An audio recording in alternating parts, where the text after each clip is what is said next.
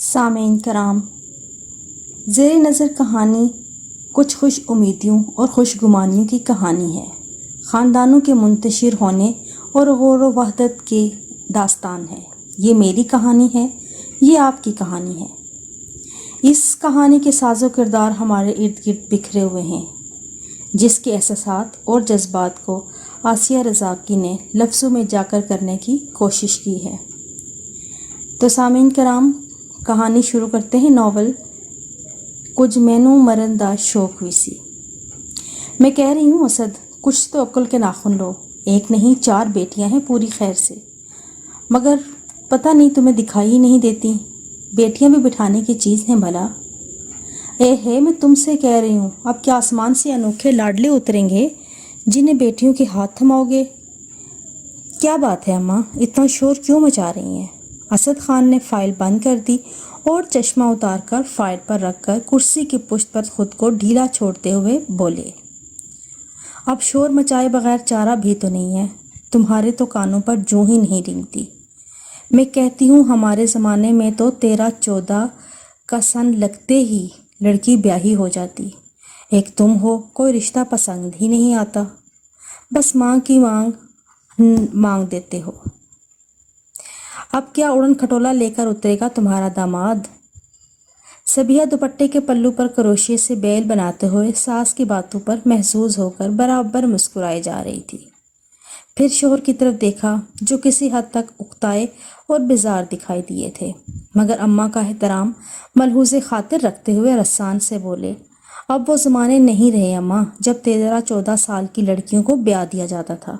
اب لڑکیوں کی تعلیم ضروری ہے، ان کے اندر سمجھ بوجھ آنا بے حد ضروری ہے تاکہ احسن طریقے سے گھر بھار سنبھال سکیں۔ ہم نے تو پہاڑ کھودے اور بھاڑ میں جھونکے تھے، احسن طریقے سے گھرداری نہ کی تھی۔ اماں نے سخت برا سا منہ بنا کر گھاؤ تکیے کے نیچے سے تسبیح نکالی اور پھر بیٹے کو گھورتے ہوئے بولی، اور یہ کہہ بھی کون رہا ہے کہ 15 سال میں بیاہ دو؟ روشانہ خیر سے 22ویں سال میں لگی ہے، اور یہ عمر ہے، یہ بھی شادی کی عمر نہیں ہے کیا؟ ہاں اماں ٹھیک ہی تو کہہ رہی ہیں۔ صبیحہ نے بھی ہلکا سا منمنانا احتجاج کیا۔ جواباً اسے ترش نظروں کا سامنا کرنا پڑا۔ تم بھی اماں کا ساتھ دینے لگ جاؤ۔ سمجھتی کیوں نہیں ہو؟ کیا مجھے فکر نہیں ہے روشی کی شادی کی؟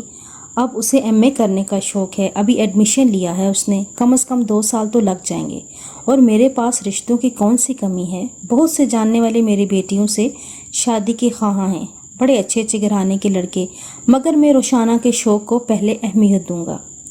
پڑھاتے پڑھاتے کھوسٹ کر دینا اسے۔ اماں کو جلال آ گیا۔ ایک طرف کالج، دوسری طرف یہ کمپیوٹر، ارے موا لڑکا بنتی جا رہی ہے یہ، میرا تو کلیجہ منہ کو آتا ہے۔ یہ صرف محاورہ ہے یا حقیقت میں آ جاتا ہے دادو؟ پلوشا جو قالین پر رسالے میں گھسڑے بیٹھی تھی ہنس کر بولی، دیکھو میں کہہ دیتی ہوں، ہنا کی شادی میں روشانہ کو اپنے ساتھ ملتان لے کر جا رہی ہوں، بھلے سے تم اور سبھی آؤ یا نہ آؤ۔ ارے 4 لوگ جانیں گے تو کوئی بات بنے گی نا، اور لڑکی بھی اپنے رشتہ داروں کو جانے پہچانے، اسے تو پتہ تک نہیں کہ اس کے کون سگے ہیں کون غیر، بس کتابوں سے ناتا ہو کر رہ گیا ہے اس کا۔ تو میں کون سا روک رہا ہوں اسے؟ اگر وہ جانا چاہے تو مجھے کیا اعتراض؟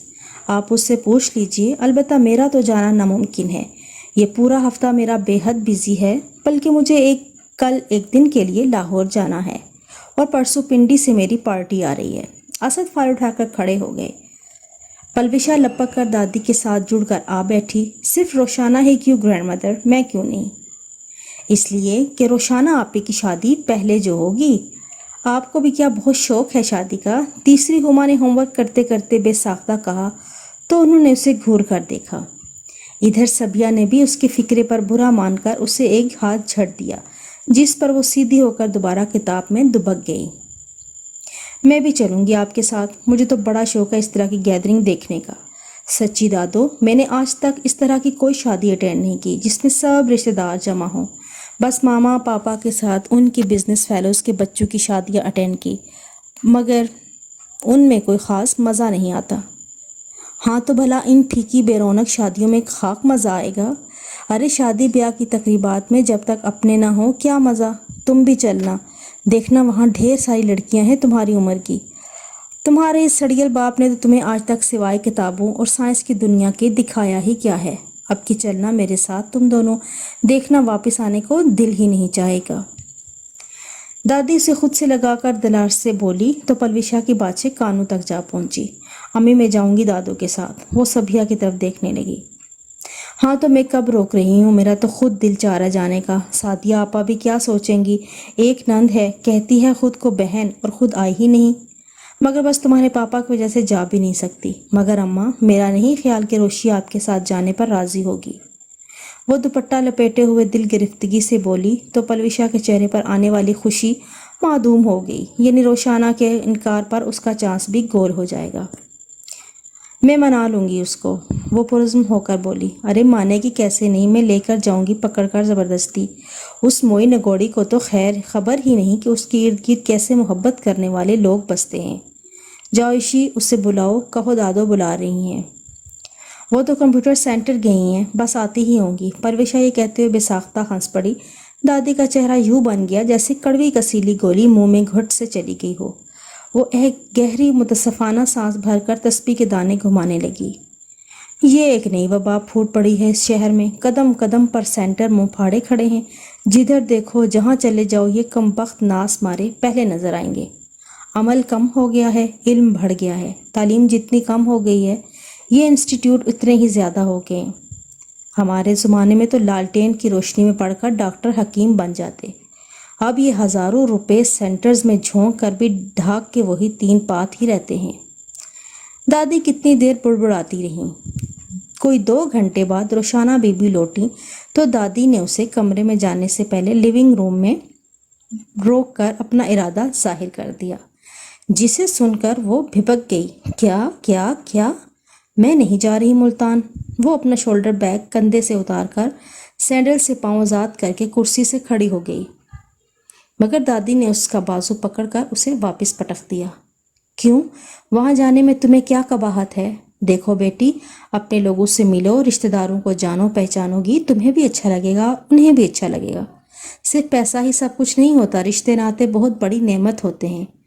یہی دکھ سکھ میں سچے سنگی ساتھی ہوتے ہیں. دادی کے خیال میں نرمی اور آسان سے سمجھانے کا زیادہ فائدہ ہو گیا، مگر اس کا خاطر خواہ فائدہ اس کی پھر بھی نہ ہوا. مگر میرا قطعی دل نہیں جا رہا، اور پھر کتنا نقصان ہوگا میری پڑھائی کا. ارے مارو گولی پڑھائی کو، تم تو سر پر سوار کر لیتی ہو پڑھائی کو. لے جانا ساتھ اپنے کمپیوٹر کو، کرتی رہنا وہاں کھٹک پھٹک، مگر چلنا ہے تم نے میرے ساتھ. جھنجھلاہٹ کے باوجود بے ساختہ وہ ہنس پڑی. کیا وہاں سب اتنے جاہل ہیں کہ ایک آدھ کمپیوٹر بھی نہیں ہوگا جو مجھے ساتھ لے کر جانا پڑے گا؟ یہ کہہ کر اس نے مسکین سی صورت بنا کر سر جھکا لیا. دادی اسے سخت تیوروں سے گھورنے لگی. نہیں بیٹی، ایک تم ہی عالم فاضل ہو، صرف تمہیں یہ مشین چلانا آتی ہے، باقی سب تو گولیاں اور گٹے کھیلتے ہیں. واہ گٹے، پھر تو بڑا مزہ آئے گا. مجھے گھنٹے کھیلنے کا بہت شوق ہے. پلوشا نے خوشی کے اظہار کے طور پر تالی بجائی تو دادو نے اسے مارے جھنجھلاہٹ کے چپل دے ماری. روشانہ موقع پا کر وہاں سے نکل گئی. اوف، یہ دادی اماں بھی حد کرتی ہیں. اب میں ملتان جاؤں گی، وہ بھی اتنی سڑی گرمی میں، اور شادی کے فنکشن اٹینڈ کروں گی. شادی کا فنکشن نہ ہوا، بزنس میٹنگ ہو گئی، جانا بہت ضروری ہے. میں فون پر ہینا کو مبارکباد دے دوں گی اور دادی اماں کے ہاتھ گفٹ بھجوا دوں گی، بلکہ کوریئر سے بھیج دوں گی. یقیناً وہ خوش ہو جائے گی. میرے جانے سے یا نہ جانے سے کیا فرق پڑے گا؟ پہلے کون سے سعدیہ پھوپھا کی طرف جاتی رہی ہوں. وہ سخت کوفت میں مبتلا ہو گئی، پھر ایسی کھول کر بیڈ پر دراز ہو گئی. رات کو اس نے پاپا سے صاف کہہ دیا کہ وہ ہرگز ملتان نہیں جائے گے. پاپا نے ہمیشہ کی طرح اس کی حمایت کی، اس کا ساتھ دیا، جس پر دادی بے حد خفا ہو کر چپ سادھ لی. مگر پلوشا اس کی جان کو آ گئی. چلی چلو نا آپی، تمہارے توسط سے میں بھی ملتان دیکھ لوں گی. ملتان بھی کوئی دیکھنے والی جگہ ہے، دیکھنا ہے تو کوئی ڈھنگ کا شہر دیکھو. دادی اماں سچ مچ خفا ہو گئیں. ایک تو اتنے عرصے بعد ہماری طرف آئی ہیں، مگر آپ نے انہیں دکھی کر دیا. اس نے دوسرا حربہ آزمایا. دادی کو منانا کون سا مشکل ہے مائی ڈیئر، میں منا لوں گی. تم خواہ اپنا الو سیدھا مت کرو. اینڈ ناؤ گیٹ آؤٹ، مجھے بور مت کرو. وہ دراز سے اپنی سیڑھی نکالنے لگی. مگر رات کو وہ پھر اس کے سر پر نازل تھی جب وہ کمپیوٹر میں مگن اپنی ویب سائٹ بنا رہی تھی. آپی، وہاں ہمارے اتنے رشتہ دار ہیں، کبھی ملیں تو پتہ بھی چلے کون کس مزاج کا ہے۔ وہ اسٹول گھسیٹ کر اس کے ساتھ لگ کر بیٹھ گئی۔ بھائی تو تم چلی جاؤ نا، تمہیں کون روک رہا ہے؟ سمجھ آؤ ان کے مزاج کو۔ اس کی نظریں ہنوز مانیٹر پر جمی رہیں اور ایک ہاتھ ماؤس پر۔ میں نہیں جا سکتی نا، پاپا مجھے تھوڑا ہی بھیجیں گے، آپ جاؤ گی تو میرا چانس بنے گا۔ پلیز روشی آپی، صرف ہفتے بھر کی بات ہے، اگر آپ کا دل وہاں نہ لگے آپ 2 دن میں واپس آ جانا۔ وہ منت سماجت پر اتر آئی مگر وہ اپنے کام میں مصروف رہی۔ اس نے سارا پروگرام ڈیلیٹ کر دیا۔ وشی، وہ چیخ پڑی، کیا کر رہی ہو؟ پاگل ہو گئی ہو کیا؟ مائی گاڈ، سارے پروگرام کا ناس مار دیا۔ اس نے سخت جھنجھلاہٹ اور بے بسی سے اسے گھورا۔ پہلے آپ ہاں کہو کہ میں ملتان جاؤں گی۔ وہ کی بورڈ سے ہاتھ ہٹانے کو تیار نہیں تھی۔ اس کی سیاہ خوشنما آنکھوں میں اس لمحے اتنی لجاجت منت تھی کہ روشانہ ایک پل کے لیے سوچ میں پڑ گئی، پھر بے ساختہ ہلکی سی سانس بھر کر سر اس بات میں ہلا دیا۔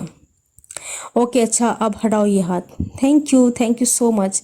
وہ مارے خوشی کے بے تکی انداز میں بورڈ پر انگلیاں زور زور سے چلانے لگی، پھر اسی خوشی میں اچھلتے کمرے سے باہر نکل گئی۔ اس کی بچگانہ حرکت پر وہ ہنس دی۔ پلوشا کا جوش و خروش قابل دید تھا۔ یہ کتنے دنوں کے لیے جا رہی ہو؟ اتنے کپڑے کہاں اور کب پہنو گی؟ اس کی پیکنگ دیکھ کر روشانہ کو حیرت کا جھٹکا لگا۔ شادی میں جا رہی ہوں تو ظاہر ہے اتنے کپڑوں کی ضرورت تو پڑے گی نا۔ ایک جوڑا مایوں کا، ایک مہندی کا، پھر بارات کے دن کا، رخصتی کا، ولیمے کا، اور کچھ یوں ہی دن میں پہننے کے لیے، پھر کہیں گھومنے پھرنے کے لیے، اور ایک جوڑا احتیاطاً ایکسٹرا رکھ لیا ہے۔ وہ چیونگم کا ریپر کھولتے ہوئے اطمینان سے بولی۔ یعنی مزید ایکسٹرا بھی رکھے ہیں؟ اس نے اس کا وزنی سوٹ کیس پر مسکراتی نظر ڈالی۔ آپ کی پیکنگ ہوگی؟ اس کے اطمینان میں کوئی فرق نہ آیا۔ میرا خیال ہے مجھے اس کی ضرورت نہیں رہی، تمہارے اتنے کپڑوں میں بھی گزارا کر لوں گی۔ میرے پاس صرف شولڈر بیگ ہے اور میرا موبائل، ویسے اگر ضرورت ہوئی تو وہاں سے خرید لوں گی ایک آدھ سوٹ۔ اس کے گھورنے پر جلدی سے بولی، پھر بالوں کو ہیئر بینڈ میں جکڑ کر پیر سے بیڈ کے نیچے سے سلیپر نکال کر پہنے، اور پھر یکدم خیال آیا تو بیڈ سائڈ سے کچھ سیڈیز نکال کر بولی، انہیں احتیاط سے اپنے بیگ میں رکھ لو۔ کیا وہاں بھی اپنا فضول شوق روا رکھیں گی؟ پلوشا کا اس کی عقل پر ماتم کرنے کا دل چاہا، مگر اس کے گھورنے پر اس کے ہاتھ سے سیڈیز لے کر بیگ میں یوں ہی گھسیڑ دیں، اور دل ہی دل میں اسے سڑیل کا لقب دیتی کمرے سے باہر چلی گئی۔ دادی ملتان تک کا سفر ریل سے کر رہی تھی۔ روشانہ کے علم میں آیا تو اس کے اپنے ہوش اڑتے محسوس ہوئے۔ پاپا، میں ریل سے ہرگز نہیں جاؤں گی۔ مائی گاڈ، اتنا طویل، بورنگ بلکہ خوفناک سفر۔ مجبوری ہے بیٹا، تمہاری دادوں کو ایروپلین میں الٹیاں شروع ہو جاتی ہیں، بلکہ صرف ایروپلین کے نام سے ہی ان کی طبیعت بگڑنے لگتی ہے۔ ہاں، اگر تم پریشان ہو تو تمہاری سیٹ کنفرم کروا دیتا ہوں، تمہیں وہاں سے کوئی ایئرپورٹ پر پک کر لے گا۔ کوئی ضرورت نہیں ہے، اس کی عادتیں پہلے ہی بہت خراب ہیں۔ ریل میں سفر کرے گی تو مر نہیں جائے گی، اور پھر اکیلی لڑکی کو بھیجنا کوئی دانش مندی نہیں۔ پھر کون سا وہ کسی کو جانتی ہے یا کوئی اسے جانتا ہے؟ سبیہ بیگم ناگواری سے بولی۔ اسد چپ ہو گئے۔ بات معقول ہی تھی، اجنبی شہر، اجنبی خطہ اور بیٹی کا معاملہ، اماں کے ساتھ ہی بھیجنے میں عافیت اور تحفظ تھا۔ بس نہ جانے کے بہانے ہیں اور کچھ نہیں، سبیہ اس کے منہ بگاڑنے پر خفگی سے بولی۔ آخر مارے باندھے وہ ریل کا سفر کرنے پر رضامند ہو گئی، مگر سارے راستے خوف میں مبتلا رہی۔ حالانکہ فرسٹ کلاس کمرہ تھا، فل اے سی، مگر اسے کسی پل قرار نہیں تھا۔ بہرحال اس کا آرام دہ بیڈ تو وہ تھا نہیں۔ اس کے برخلاف پلوشا خوب چہک رہی تھی اور کھڑکی میں منہ دیے باہر کے مناظر سے لطف اندوز ہوتے ہوئے مسلسل بولے جا رہی تھی۔ مجھے یہ سفر ہمیشہ یاد رہے گا، کتنا مزیدار ایڈونچرس سفر ہے۔ روشانہ نے رسالے سے منہ ہٹا کر اسے خاصا استزائیہ نظروں سے دیکھا۔ ہاں تو کچھ غلط تھوڑا ہی کہہ رہی ہوں۔ تم واپسی کا سفر بھی اسی طرح کرنا، کم از کم میں جہاز میں آؤں گی۔ جہاز میں آتے تو اب تک پہنچ چکے ہوتے۔ پتہ نہیں رات کس طرح بسر ہوگی۔ اس نے سوئی ہوئی دادی پر ایک رشک آمیز نظر ڈال کر پلوشا کو دیکھا۔ انہیں دیکھو کس مزے سے نیند لے رہی ہیں، اب رات کیا جاگ کر کاٹیں گی؟ پلوشا دادی کے بجائے اس کے چہرے پر پھیلی بیزاری اور فکر مندی دیکھ کر محسوس ہو کر ہنس دی اور دوبارہ کھڑکی میں منہ دے کر بیٹھ گئی۔ روشانہ دل ہی دل میں اسے برا بھلا کہہ کر دوبارہ کتاب اٹھا کر بحالت مجبوری پڑھنے لگی۔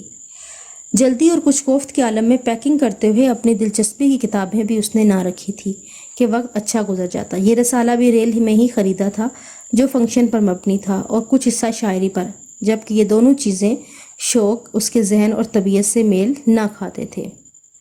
اشعار کے صفحات نے تو اس نے سختی سے بے دلی سے پلٹ دیے۔ ایک کہانی مارے باندھے وقت کاٹنے کے لیے پڑھ رہی تھی۔ خدا خدا کر کے اس کا سفر تمام ہوا۔ صبح کے 11 بج رہے تھے۔ اسٹیشن پر خوب چہل پہل تھی۔ گاڑیوں اور انسانوں کی ملی جلی آوازوں کا شور ایک طرف، سرخ سرخ جیکٹوں میں ملبوس کلیوں کی باغ دوڑ اور ریل سے اترنے والوں کی ملاقاتیوں اور رشتہ داروں کی یلغار الگ۔ پلوشا کے لیے یہ منظر جتنا دلچسپ تھا، روشانہ کے لیے اتنا ہی پریشان کن تھا۔ وہ اپنا بیگ کندھے پر ڈال کر جھنجھلائی سی آگے بڑھی کہ اچانک پیچھے سے سامان سے لدی ٹرالی کا اس کو دھکا لگا۔ اوف! اس کی چیخ اس قدر بلند اور دل خراش تھی کہ کلی ٹرالی کو ایک طرف چھوڑ کر اس کی طرف گھبرا کر لپکا۔ ساتھ کے ساتھ ارد گرد کے لوگ بھی جمع ہو گئے۔ وہ اوندھے منہ گری، جس کی وجہ سے پیر بری طرح مڑ گیا تھا۔ دادی کو اسی اثنا میں خرم نظر آ گیا تھا، مگر وہ روشانے کے گرنے پر اس طرف متوجہ ہو کر اسی طرف دوڑی آئیں اور ڈانٹ ڈپٹ کر آدمیوں کی بھیڑ کو ہٹا کر پلوشا کے ساتھ مل کر اسے کھڑا کیا۔ کس قدر بے وقوف اور احمق لڑکی ہو تم! ادھر میرے ساتھ ساتھ چلنے کے بجائے جانے کدھر منہ اٹھائے جا رہی تھی؟ اس بیچارے کلی کا بھی کیا قصور؟ تمہاری اپنی آنکھیں بند تھیں کیا؟ وہ کلی کو برا بھلا کہہ رہی تھی۔ ایک تو یوں گرنے پر سبکی کا احساس، دوسرے پیر سے اٹھنے والے ٹیسو نے اس کا برا حال کر دیا۔ وہ دادی سے ہاتھ چھڑا کر بینچ پر جا کر بیٹھ گئی اور باقاعدہ رونے لگی۔ آپی کیا کر رہی ہو؟ سب دیکھ رہے ہیں، اس طرح بچوں کی طرح رویا تو مت کرو۔ پلوشا اس کے پاس بیٹھ کر دبی زبان میں بولی۔ بھاڑ میں جائیں لوگ، دیکھ رہے ہو میرا پیر کس قدر شدید درد میں مبتلا ہوں میں، چلا بھی نہیں جا رہا۔ یہ پکڑو۔ اس نے اپنا موبائل اسے تھمایا۔ پاپا سے کانٹیکٹ کرو اور انہیں بتاؤ کہ میرے ساتھ یہ حادثہ پیش آ گیا ہے۔ وہ پیر کی انگلیوں کو چھوتے ہوئے دل کی گرفتگی سے بولی۔ پلوشا نے اس کا منہ ٹکر ٹکر دیکھنے لگی۔ کوئی ضرورت نہیں ہے اس کی حماقت کی۔ دادی نے جھٹ سے پلوشا کے ہاتھ سے موبائل لے لیا۔ وہ بیچارہ اکیلا وہاں پریشان ہو جائے گا۔ کیسا حادثہ؟ ریل الٹ گئی؟ تم ریل سے گر گئی ہو یا کسی ویران اسٹیشن پر اتر کر راستہ بھٹک گئے ہو؟ حد ہو گئی ہے روشی۔ ابھی وہ مزید جاری رہتی کہ خرم اس طرف چلا آیا۔ السلام علیکم نانو جان۔ اس نے سلام کرتے ہوئے دونوں کو طرف باری باری دیکھا، مگر بینچ پر بیٹھی آنسو بہاتی روشانہ کو دیکھ کر پریشان ہو گیا۔ کیا ہوا؟ خدا نہ خواستہ۔ ارے کچھ نہیں، کم بخت مارا کلی ٹرالی سمیت اس پر چڑھتے چڑھتے رہ گیا۔ بس دھکا لگا اور یہ بیبی کہکشاں پر چل رہی تھی، دھڑام سے نیچے گریں اور پاؤں تڑوا بیٹھیں۔ دادی پر جھنجھلاہٹ سوار تھی، ایک تو لاڈلی پوتی کے پیر کی تشویش، دوسرا اس کا رونا۔ چلو شاباش، ہمت کرو، تم تو گاڑی لائے ہو نا خرم؟ وہ روشانہ کا وہ بازو سے پکڑ کر اٹھاتے ہوئے خرم سے بولی۔ اس نے سر اسبات میں ہلاتے ہوئے روشانہ پر تفصیلی نگاہ ڈالی۔ وہ اسے کوئی 4 سال کے عرصے کے بعد دیکھ رہا تھا۔ پھر پلوشا کی طرف دیکھا تو وہ بھی اسی کو ملاحظہ کر رہی تھی، ایک طرح سے اس کے چہرے کے تاثرات کا جائزہ لے رہی تھی۔ نظریں ملنے پر وہ بے ساختہ ہنس دیا، وہ بھی مسکرا دی۔ پلوشا ہو نا تم، اتنی بڑی ہو گئی ہو۔ وہ شاید بے ساختہ ہنس پڑنے پر کھسیا گیا تھا۔ صورتحال بہرحال ہنسنے کی نہیں تھی۔ شکر ہے آپ نے پہچان تو لیا۔ تم لوگ یہ باتیں بعد میں کرتے رہنا، پہلے گاڑی میں بیٹھو۔ خرم، یہ سامان تم اٹھا کر آگے چلو، میں اور وشی اور روشانہ کو سنبھالتے ہوئے آ رہی ہوں۔ مگر دادی جان میں کیسے جاؤں گا؟ مجھ سے تو چلا بھی نہیں جا رہا۔ میرا خیال ہے فریکچر ہو گیا ہے پیر میں۔ اف، لگتا ہے اب میں ساری عمر لنگڑا کر چلوں گی۔ سفر کی ابتدا ہی منحوس ہوئی ہے۔ پلوشا کا سہارا لے کر بمشکل کھڑی ہوئی، مگر کرا کر دوبارہ بیٹھ گئی۔ میڈم، سفر تو وسیلہ ظفر ہوتا ہے، اسے منحوس نہیں کہتے۔ ہاں، ہمارے اعمال کی نحوست ہی کبھی ہمیں اپنی لپیٹ میں لے لیتی ہے۔ کہ خرم کی نظر دادی پر پڑی تو سر کھجاتا جلدی سے سامان کی طرف متوجہ ہو گیا۔ وہ لب بھینچ کر اسے گھور کر رہ گئی۔ میں پہلے ہاسپٹل جاؤں گی، گھر نہیں۔ وہ دادی سے الجھ پڑی۔ آپ خاتون کتنے دنوں کا پروگرام سیٹ کر کے آئی ہیں؟ اس نے سامان کی طرف نظر ڈال کر ابرو اچکا کر پلوشا کو دیکھا۔